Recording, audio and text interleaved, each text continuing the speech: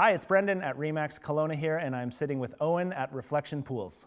All right, so one hesitation that people often have about owning a pool is just the concerns about, cost and time involved to maintain and look after it. And, obviously a neglected pool can get pretty nasty. So just wanted to chat with you about, what's required in keeping the pool at its best throughout the season. Yeah, the number one thing for looking after your pool is keeping your chemicals in good shape. Mm-hmm. Chemicals being out of balance can do a number of things. It can affect your liner, it can affect your plumbing, it can affect your pool equipment, like the components, the heater, the pump, and over time can damage those things. Mm-hmm. So, if you're a pool owner, you really have to look after your water chemistry. And that might include testing your water at least every 2 or 3 days and balancing your water out.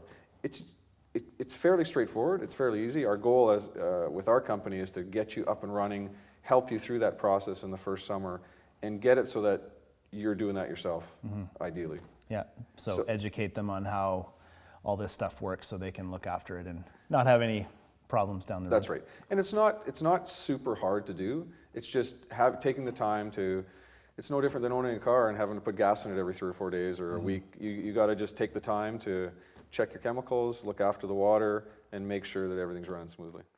So now from a budget standpoint, when people are looking at the ongoing maintenance costs throughout the pool season, what would you advise people they're going to have to spend to keep the water in check throughout the season?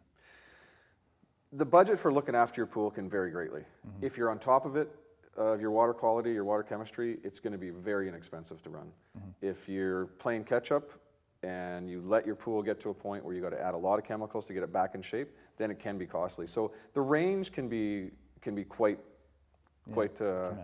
dramatic. Yeah. In a perfect world, if you're looking after your water, it should be relatively inexpensive. Hard to put a number on it per month, but I would suspect less than $100 a month. So now more on the energy cost side of things. People are often wondering too, what's this going to add to my utility bills throughout the season? Right. Well, you really have 3 things, right? You have water, you have electricity, and most of the time you have gas for your gas furnace. Yeah.